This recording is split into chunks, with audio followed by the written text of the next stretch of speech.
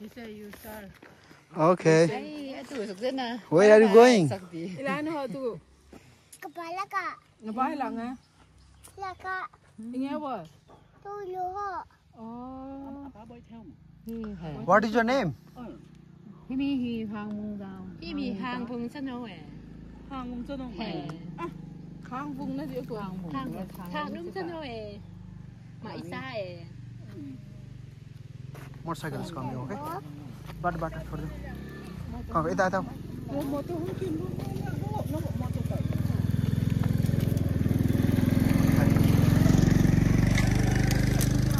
So what is your name? Namin na ko nga, namin siya na now. Namin na ko te ah. Nang mamin ni. Iya bala nung. Nang ah. Ai kim ma. Ako upo sa ngajim. Ema. Oh, kumay sa ngajim. Umbu. Nang ah. Lah. Oh. Ini छोरी जस्तो छ यार.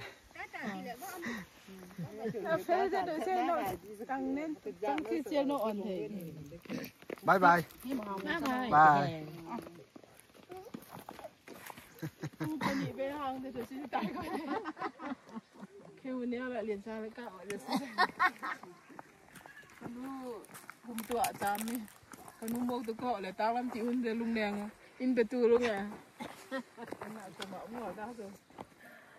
Chứ in bài bằng lý hơn quần phận. Tôi khi con nu áo quần vô nghe. Chị nè, thế lại có một quần hả? Mang khỏi chị nè. Nó nó tặng cái này xe là nó khỏi chị nè. Ai lại nãy sụp luôn chứ. Thế lại coi chứ quần. Chuẩn thăng đó. Thôi con nói cho chứ. Mà đúng là những người thổ phận mà chứ. À ba cũng như mà. Ăn ngạ cũng không còn họ ăn. Lúc này.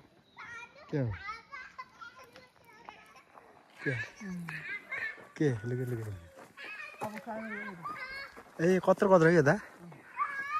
Cái úp rồi à, cái là néo mà. Cái như vậy đó cái gì? Nó cũng lo rồi.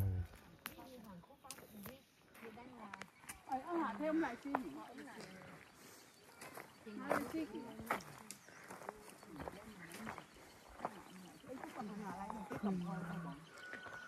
Trên núi thì âm mà. Tôi vào trên núi thì lâu mà. Ăn mù thì cái cái này chỉ ăn khác con sòng thôi nè. Thì ngoài núi cho ăn. Nó to lắm mới phải.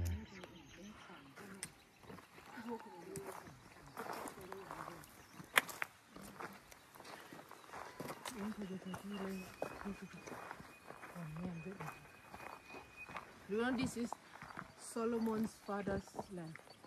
Oh, which Solomon? Kentucky. ए हो र? अब गाडी उसकै हो क्या हो? उसको बाउ त के मर्यो भनेको होइन? छैन. उसको grandpa. कहाँ छ उनीहरूको बाउहरू चाहिँ? आगे नै मेरो मामीको यतापट्टि. ए त्यही पो हो? मरिसक्यो? उसको बाउ पनि? सोलोमनको बाउ पनि मरिसक्यो? हैन, grandpa. ए बाउ चाहिँ कहाँ छ? बाउ छ नि. भेटी त आज? यी चाहिँ गाउँमा छ? त सबै ओ पारी पनि रहेछ. त भिलेज रहेछ ठुलो.